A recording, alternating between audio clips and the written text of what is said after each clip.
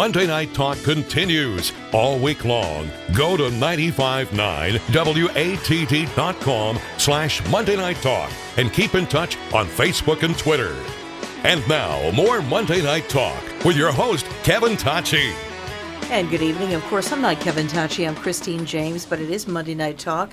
We've hijacked the show again to do political forums, but I'm here in studio with Kevin Tocci, who's the host of Monday Night Talk and WATD's own Charles Mathewson. Now tonight, back-to-back political forums here. First race, the 5th Plymouth District, that's Hanover, Rockland, and Norwell. We have the Republican incumbent Dave DeCoste here in studio, facing a challenge from Democrat Alison Demong. Thank you for joining us tonight. As soon as we're done with this race, it's number 2, the race for the 12th Plymouth District. It's an open seat. Tom Coulter left to become Kingston's town administrator. Republican Joe Truschelli and Kathy Lenatra both vying for that seat. Now, the 12th Plymouth District, that's a little trickier. That's the towns of Kingston, Halifax, and Plimpton, as well as precincts 1, 11, and 13 in Plymouth, precinct 1 in Duxbury, and precinct 1 in Middleborough. As I said earlier, I'm your moderator, Christine James, asking questions along with Kevin Tocci and Charles Mathewson. And thank you also to Whitman Hanson Community Access TV for putting this all on cable. Now, our format is simple. We use the same format every time. We have the candidates make opening and closing statements, a 2-minute open and a 1-minute close. Now, in between, we ask a round of questions, including the famous lightning round. That's where the reporters will ask for either a 2-sentence answer or yes or no. And yes or no means yes or no without a big, long explanation. And 2 sentences is 2 sentences. And if we have time, and I'm not sure we will, the candidates will get to ask each other a question or two. Now, we chose opening and closing order out of the official WATD newsroom koozie. So we're going to begin with Dave DeCoste and then go to Alison Demong. And at the end, we will switch the order. So let's say good evening now and welcome our candidates. Good evening, Dave DeCoste. Christine, Kevin, Charles, thank you. And thanks to the management of WATD for sponsoring this forum. As you said, my name's Dave DeCoste. I represent the 5th Plymouth District. I'm a lifelong resident of Norwell, and I'm familiar with our district and the people who live here. I appreciate its history, and I'm committed to its well-being. By way of background, I worked my way through Northeastern University, earning undergraduate degrees in both accounting and finance, and later picked up a degree in financial economics from Boston University, where I still continue to teach finance at the graduate level. I went on to serve 29 years in the military total, 22 on active duty, and I understand the challenges faced by our veterans, and currently, in addition, own and operate several realty trusts, so I keep myself busy. Over the past 4 years in working with Governor Baker and the legislature, I can report that we have followed through on our promises to fully fund local aid at the highest level ever. We are funding road construction and repair this year at an annual level higher than any other fiscal year. We passed legislation making it tougher on drug dealers, easier on veterans, and more attractive for business people to operate a business in the Commonwealth. I've specifically led the fight for better conditions for foster care providers, against tolls on Route 3 and the other highways, increasing local aid to our public schools, and also promoting sensible policies regarding water and housing. I'd ask for your vote. Please vote for me, Representative Dave DeCoste, on Tuesday, November 6th. And I do want to thank all of the campaign team and the many community leaders and elected officials who have endorsed my election. Thank you very much. That was the opening statement. Dave DeCoste is the incumbent Republican running for the 5th Plymouth District. Now we're going to go to Alison Demong. She's a Democrat challenging Dave DeCoste. Good evening. Welcome to WATD. Good evening, and thank you very much to WATD for hosting this forum and allowing us to introduce ourselves to the voters. For those I have not yet met, my name is Alison Demong, and I am currently a selectman in the town of Norwell. My husband Ned and I moved to Norwell 17 years ago, and we have 2 children, Jack, age 15, and Evie, age 12, who both attend the Norwell Public Schools. I grew up the daughter of an Italian immigrant and a Navy veteran, and I was the first in my family to attend college. My professional background is in environmental management and planning, and I've worked for the State Office of Coastal Zone Management, and more locally for the North and South Rivers Watershed Association. I've served on both appointed and elected boards in Norwell for 13 years, and I enjoy participating in local government and making a difference in my community. I'm running for state representative because our district demands better representation. My number one priority will be fighting to bring state tax dollars back to our district. We all pay state tax dollars, but without a strong, effective voice on Beacon Hill advocating for our needs, those dollars are going to other towns and our district is missing opportunities. We need someone who is forward-thinking when it comes to economic development, someone who is willing to fight hard for solutions for the opioid crisis, and someone who will make increasing state funding for public schools a priority. Most importantly, we need a representative that is accessible and available. As a selectman, I'm always available to speak with residents. People know me, and they know they can talk to me. They know I'm someone who will go to work every day with the sole purpose of making our community stronger, and they know that I get results. There's so much division in our country right now, and we need to put more people in office that can communicate with one another and work together to solve our common problems. I have the experience, the leadership skills, and the communication skills to be an effective representative for our district. I will be someone that you can count on to listen to your concerns, to fight for your needs, and to deliver on the issues that are most important to you. Thank you. Thank you very much. That was the opening statement from Alison Demong, Democrat running for the 5th Plymouth District. Now we're going to open questions, and we're going to start with Monday Night Talk host Kevin Tocci. Questions for the candidates and who they're directed at. I want to say that it's very interesting, and you can concur with this, Christine, when we are able to get correspondence from the listeners, that they're able to send us in questions, and I encourage it. I actually got a couple of pieces of mail. I thought it was very interesting. And it seems as though the folks had questions for both of the candidates. Mm-hmm. And I thank the pieces of mail that I did get. First question I'll ask you, Alison, and that is the state's Democratic platform supports the Safe Communities Act. Do you support this, and why? So the Safe Communities Act it did not pass this last legislative round. And I understand that it's a reaction to what's going on with the federal government trying to push local law enforcement to act more as immigration agents. And, I look to my police chiefs on this issue, and I would have voted no on the Safe Communities Act with the way it was written at that time, because in speaking with the chiefs, they felt that there was a clause in there that would have prohibited local law enforcement from communicating at all with ICE. And they just felt that that was a little bridge too far, that, to prohibit two law enforcement agencies from speaking to each other just would not be productive and would be actually unsafe. So I think going forward, if some legislation like this were to come again, I would definitely be looking to meet with the police chiefs and make sure that this was something that they would be behind. Same question for you, Dave. Yeah, give me your thoughts in regards to Safe Communities Act. Safe Communities Act, otherwise known more commonly as a sanctuary city policy, prevents local law enforcement to work with federal law enforcement, not just ICE, to communicate and to deport people who don't belong there. It's very simple.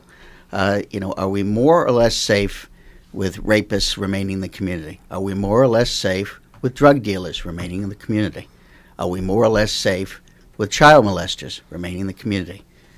And the sanctuary cities would have prevented our local law enforcement folks. And I have, again, worked primarily with the sheriff and the district attorney, our three police chiefs, and the local state police commanders to determine where I vote on this. But that didn't it didn't take too long to understand what that was for. And no, I do not support safe communities or sanctuary cities or whatever euphemism it operates under.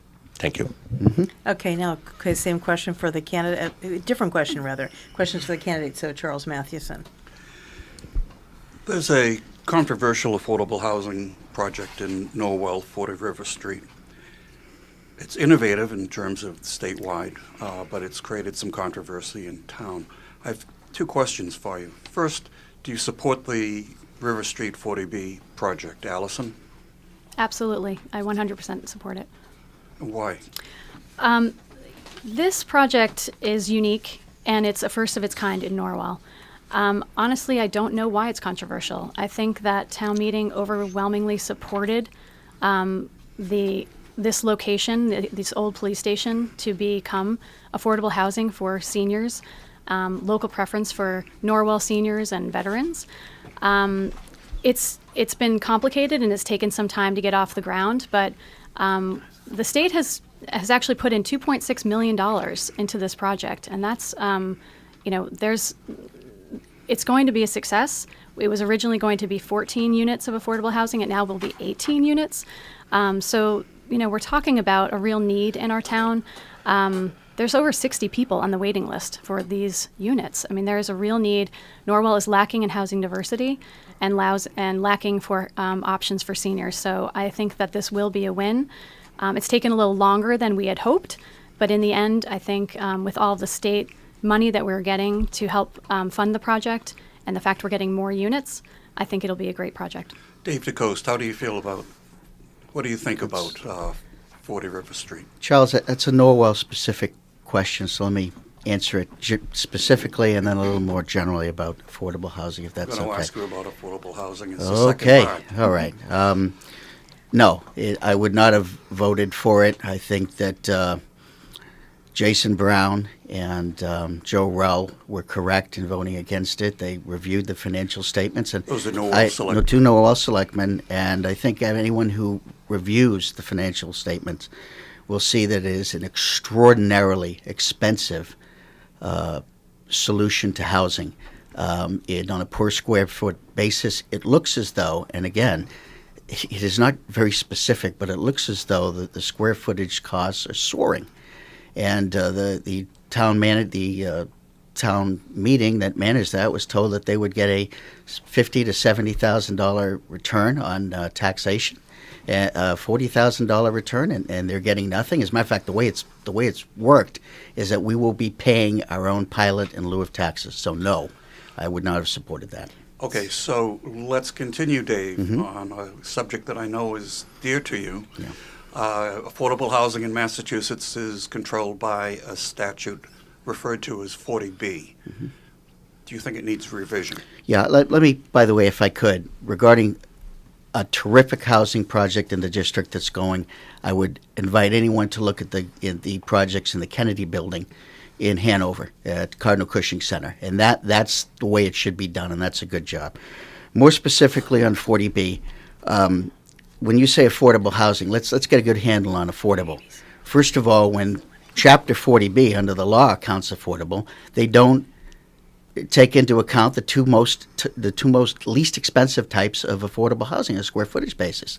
They don't take into account multifamily housing, 1, 2, and 3, 2, 3, and 4 house, duplexes, fourplexes, and so forth. And they also don't take into account manufactured homes, places like Leisure Woods. Norwell has 2 smaller communities. So until we get that straightened out, I don't think you really have a good gauge of affordable housing. And I will end with this. When you talk about, in my experience, both as a selectman and a state legislator, that the biggest affordable housing problem I see is seniors being able to stay in their homes because of higher taxes. Okay, and remember, too, if you feel like you didn't get enough time to answer a question fully, you can always use some of your time at the end as well. Okay. Any other follow-up, Charlie? Yeah. Allison, same question. Should 40B be 40B. revised? Yes, 40B. Yes, absolutely. I mean, I think I understand the intent of the 40B law is to create more affordable housing in the state. However, towns such as, and I can speak from Norwell just being a selectman, are really threatened by 40B because it removes our local control and it basically allows developers to dictate what type and size affordable housing that we have in our town and where it should go in our town.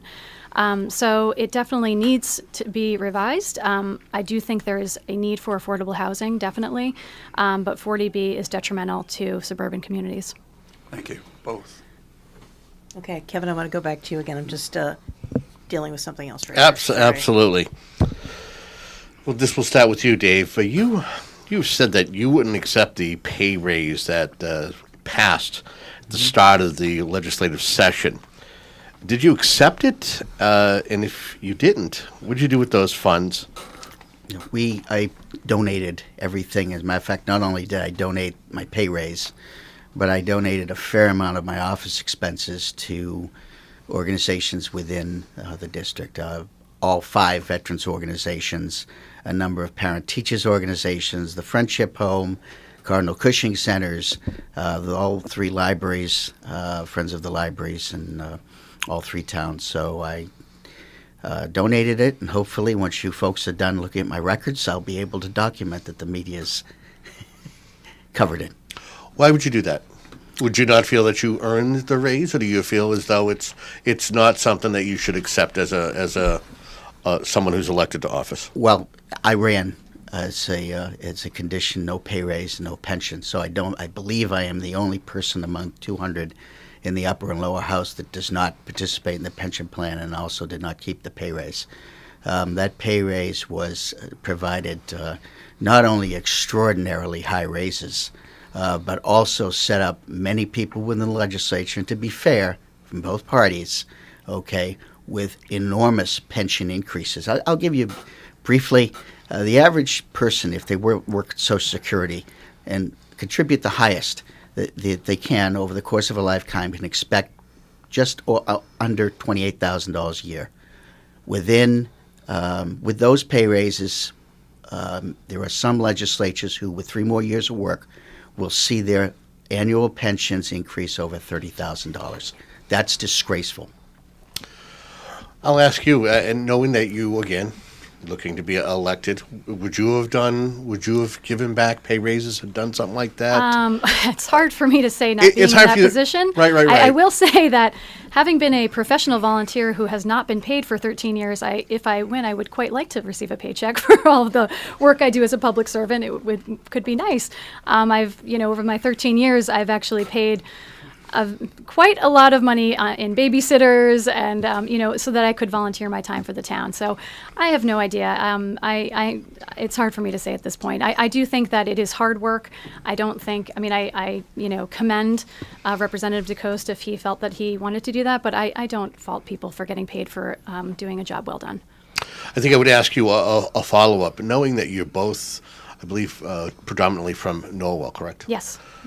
Talk to me about this race. It seems like you're both going to be, wrangling for every vote in Norwell. How do you feel that's going to? How do you feel that's going to go? As somebody you are a write-in candidate, you were successful here. You sit as the Democratic nominee. How do you feel that battle is going to be in order to be able to get as many votes to beat an incumbent? I think it's going to be tough. This is a tough race. I think we'll have high voter turnout in Norwell because people know both myself and Representative. So, I've been getting a lot of support. I just came off a successful selectmen's race, and so feel like I have a lot of support in the communities. But remains to be seen. Mm-hmm. Okay, Charles. The news at the top of the hour from AP was, of course, about Brett Kavanaugh. Some people are predicting that this will be a repeat of the Year of the Woman. Alison, does that give you any advantage being a Democratic woman in this race? Maybe. Maybe this is the year. That's not the reason I was looking to run. It's not the reason I got into this race. I think that women can make very successful candidates and can make and are very good public servants. So, it remains to be seen, but I'm really just running as, someone who just tries really hard to work as someone to represent our community and to solve problems for people in Norwell. For that, back to you, Charlie. Dave DeCoste, Year of the Woman, Redux. Is this an advantage for Alison or not? I think that the turnout normally in our towns is high to begin with when you talk to all 3 town clerks, and I talk to them regularly. They always point out what high voter participation. So there might be surges elsewhere, but Norwell, Hanover, and Rockland surge nationally. And I like to think that people will make their decisions based on where the candidates stand and what they'll support. So I'm confident, and I've told you that, my advantage doesn't rely on my dynamic personality and good looks. It's the fact that I represent the district, and I will be running alongside a terrific team with Governor Baker and Jeff Deal, Peter Tedeschi, and Tim Cruz, and Senator O'Connor in Norwell. And I'll be supporting them, and I have all their endorsements. And in the case of Deal and Tedeschi, I'm proud to be working as the co-chair of Veterans for Jeff Deal and Veterans for Pete Tedeschi. So I can stand on my own without regard to any other qualifications, I think. Okay. Go, Kevin. The state has a sizable revenue surplus of approximately $1 billion from fiscal year 2018. Governor Baker wants to spend it on school safety and other educational initiatives. Where would you like to see that money spent, especially in your district, Alison? I think I agree with that. I think education has been underfunded for quite some time throughout the entire state. And as a result, the burden has been falling on the local property taxpayers to really foot the bill. And so I think the state has a responsibility to increase its share of public school funding. And so I definitely think that that is where that money should go. We're always looking for more money in Chapter 90 in roadway repair, sidewalk infrastructure.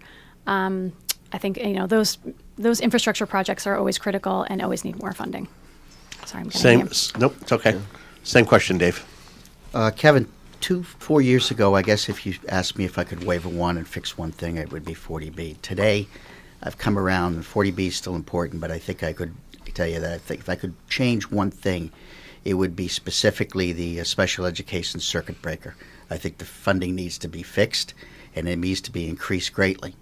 And if I could pick another one, I would go to the senior circuit breaker to reduce the burden of property taxes on senior citizens. So I'm glad my opponent agrees with the Governor Baker and the Republican contingent, because that tends to be our position. We run into problems on the other side, which is again why I think in this case I better represent the district's interests. Okay. Just going to ask you both a quick question. Dave, why do you deserve to be reelected for another term? I deserve to be reelected for another term because I have been a responsive, representative legislature for my district. In terms of accessibility, I think, and you will see a great number of local officials come out over the next couple of weeks, endorse me. I am readily available. I keep office hours, and I am, to my knowledge, I am the only one in the legislature that does this regularly on Fridays, so that individuals can access me, and I'm also available. As you remember my cards, I give out my cell phone numbers, and the town clerks and the secretaries to the selectmen and the council on aging all keep those cards. And if there is ever a call for Representative DeCoste, they can give people my personal cell phone number, and they do. I'm going to go to you now, Alison Demong, Democrat running for the 5th Plymouth District. I just asked Dave why he deserved to be reelected. Why do you deserve to be elected? I guess I would agree with David that he is as responsive as he claims to be. As a member of the Board of Selectmen, I've been disappointed that he is not actively coming to our board asking what he can do to leverage state influence and funds to help us achieve our goals. And I'm hearing that from the other municipalities as well. So I just think that I am someone who has a track record in Norwell of being active on various boards that have been able to get things done. I can take a task, and if I'm passionate about it, I'm going to stick with it and fight for what I want and what I believe in and what it's best for the town and get results. Okay, Dave, I got to give you 30 seconds for that. She said you're not as responsive as you say you are. Well, I can tell you that depending on, if people contact me or I contact them, I am in the buildings every week. And if it's not at the Council on Aging, it's at the town offices, where I regularly speak to a combination of town administrators, town managers, the treasurers, the town clerks, the boards of health. I have a routine I go through and check with them every day. I am in talking to them. As regards with specificity, I'll give you one example. You've only got 30 seconds. I'm going to give you 5 seconds. You can go back to that. Okay. I'm going to go back to Kevin Tocci now. Questions for the candidates. Do you feel that the state has a comprehensive plan in place to address the Commonwealth's transportation needs now and into the future? Alison? That is probably something I'm not well equipped to answer. But being a sitting selectman, I mean, you know what you get for Chapter 90 monies. You know Yes. what your district needs are. Do you Yes. feel that there's a comprehensive plan in place to be able to fund those projects, or that the state needs to do more and step up? Yeah, I think, well, transportation's kind of two levels, right? I mean, one is just infrastructure costs, like you're talking about Chapter 90, and I did talk about that. We always need more Chapter 90 funds. And so, yes, I think that should be a state priority. I guess the second is public transportation. And, you know, in our district, we don't have good public transportation options, and that is something that we really need to work on, especially if we want to be forward-thinking in terms of, you know, creating more economic development and creating more commercial centers that are active. We need to be forward-thinking with that. I know that, you know, the state is primarily focused on things like the MBTA, clearly an issue for, you know, residents on the South Shore trying to commute to Boston. You know, the transportation is slow, often is unreliable. So I think that there needs to be definitely a big focus on transportation in general. So let's go now to Dave DeCoste. Well, you asked about transportation, and let's talk specific and then big picture. I have found, by the way, you're correct, Trey. The Commonwealth could do a much better job, and there was a study done by Reason Magazine looking at the per mile cost of, you've heard Jeff Deal talk about this, the per mile cost of building roads. We are off the charts, and it is not as been. There are reasons for that we could get into, but you probably need quite a bit of time to talk about. I'd tell everyone to look at that article by Reason. Specifically, you know, we have worked very well locally, whether it be on Route 53 repaving. As a matter of fact, we had DOT down here, and they repaved another 2 miles. And by the way, in conjunction with some local officials, to include Jason Brown, the then manager, who then chair of the Board of Selectmen, who coordinated with us. We've repaved Route 139. We are working with all three individuals, Glenn Ferguson and Victor Deniak and Dave Taylor in Rockland, Hanover, and Norwell on the small bridge problems. On a larger level, I will just simply say dredging in Hingham has to be looked sir. at. Okay. Follow up? Okay. Charles Mathewson. I began by asking about the affordable housing project in Norwell. Another local issue is Union Point. How do you think Rockland, how can you support Rockland in its efforts for economic development at Union Point? Alison? Yeah, I think Union Point, as well as the Hanover Mall, are two really critical redevelopment projects that are ongoing right now. You know, as an environmental planner and someone with a planning background, I'm very interested in both of those projects. I want them both to be a success. I think that particularly Rockland really, you know, will benefit greatly from the economic development. There's been already a lot of housing development at Union Point, but now the next step is bringing in the commercial development, and that revenue will go to Rockland. So I think, you know, both of those projects need an active state representative who has a seat at the table, who can help facilitate conversations and making sure that the best interest of the communities are being followed. Dave, how do you help with Rockland and Hanover, seeing where Alison brought it up? Well, I have sat down probably tens, if not hundreds of hours over the last 4 years, talking with the Rockland Board of Selectmen and with specifically the former Rockland Town Manager regarding precisely those points. We're quite capable of, you know, involving, for instance, the DCR and the local individuals, the MWRA possibly, because they are looking for water there, in terms of crafting solutions. But we were able to basically let them plan. But this is a local issue for both the Hanover Mall and Rockland. So it is up to the boards of selectmen to determine what they want to do, and at that point, we can move forward. Okay. Thank you. Okay. All right. Kevin, question? The current drug epidemic has evolved from opioids and heroin to deadlier drugs like fentanyl and carfentanil. Mm-hmm. Is there legislation on the books that will effectively punish dealers and distributors of these deadly drugs, Dave?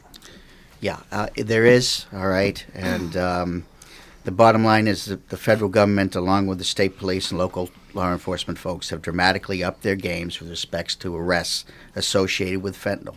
But there's obviously a lot more that needs to be done. We had a decent bill, but because, I don't know if you're going to ask a question about bundling, but because of bundling, it wasn't addressed with the specificity that it should have been. I would expect you're going to hear more with us over the next year, that we've been talking to some of our colleagues in law enforcement about what else we can do to stem the amount of fentanyl that's been here in Massachusetts and New England. But one thing we absolutely should not do is limit our cooperation anyway with any federal agency engaged in law enforcement, particularly those involved in prosecuting, incarcerating, or deporting known drug dealers. And to answer your question specifically, I look for guidance in this case to both Sheriff Joe McDonald and DA Tim Cruz, both of whom I can happily report are strongly supporting me. Okay, that was Dave DeCoste. Same question, Alison Same question, Demong. Alison. Yep. Yeah, the opioid crisis has really hit this district hard, and it needs to be of top priority for legislators in this district to for more attention. As a parent, I'm particularly concerned. My heart breaks for the families that have been so affected by this crisis already, and they're still suffering. I'm glad we do have, strong laws on the books for drug dealers. However, we are not going to incarcerate our way out of this problem. This is a very complex problem that needs a variety of solutions to make progress. I think that it needs someone who's willing to jump in with both feet. I'm very passionate about working with local first responders, working with local advocacy groups such as Rockland Cares, who are providing support and for the families that need it on the local level. The Boston Globe in August had a report about people in the trades, and specifically those who work in construction, are 6 times as likely to become addicted to opioids and die from an overdose. And that is really powerful information that needs to drive policy. Okay. We're going to go very quickly to lightning round, then we're going to go to final statements. Let's start with Charles Mathewson. Lightning round questions for the candidates. And again, it's either yes or no or 1 or 2 sentences. Charles. Alison, what are your top news sources? News sources? Yeah. Sorry, I was looking for a yes or no question. CNN primarily, and the local news. Cave? WATD, of course. Damn, I wish I thought of that. No, look, seriously, I listened. You guys do great coverage for an hour in the morning, and then I switched to the News AM station, and then my alma mater, run by BUR, run by Boston Thank University. you. It's only 2 sentences, Okay. but thank you. All right. Kissing up always helps. Yeah. All right, now let's go to Kevin Tocci. For or against reinstating the death penalty if a suspect is found guilty for taking the life of a police officer? Dave. For. Against. Okay. Charles?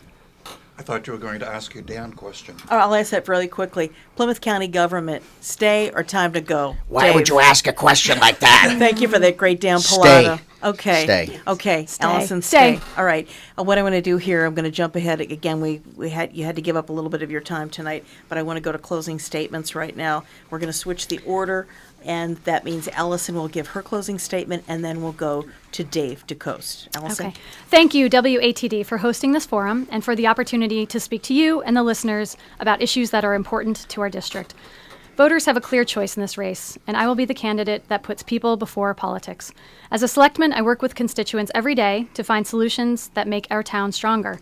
As a mother, I know the importance and urgency of finding real solutions for the opioid epidemic.